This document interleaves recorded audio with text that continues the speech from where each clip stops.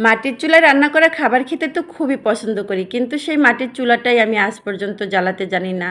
যদি কখনো কেউ বলেও ওঠে চুলাটা জ্বালাও, শুনলেও যেন আমার ভয় লাগে। আসলে আমার খুবই রিস্কের মনে হয়। আর আমি আসলেই খুব ভয় পাই।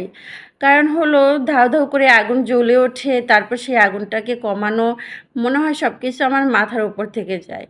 কখনো তো এভাবে রান্না করি নাই। আর বিয়ের পর থেকে যখনই বাড়িতে গেছি আমার ননদিনীরা মিলিত হয়েই রান্না করছে, আর না হয় আমার শাশুড়ি মা রান্না করছে। আমরা শুধু হালকা পাতলা কোটা বাছা করে দিয়েছি, তারাই সবসময় রান্নাবান্না করে আমাদের সামনে পরিবেশন করছে। তবে একটা কথা কি জানেন, মাটির চুলায় রান্না করা খাবারটা যেন অমৃত মনে হয়। অল্প মশলা দিয়ে রান্না করলেও সেই খাবারটা খুবই সুস্বাদু হয়। আর এই যে আমরা ঢাকাতে বসে এত মশলা দিয়ে সময় নিয়ে রান্না করি, তাও মনে হয় তেমন সুস্বাদু হয় না।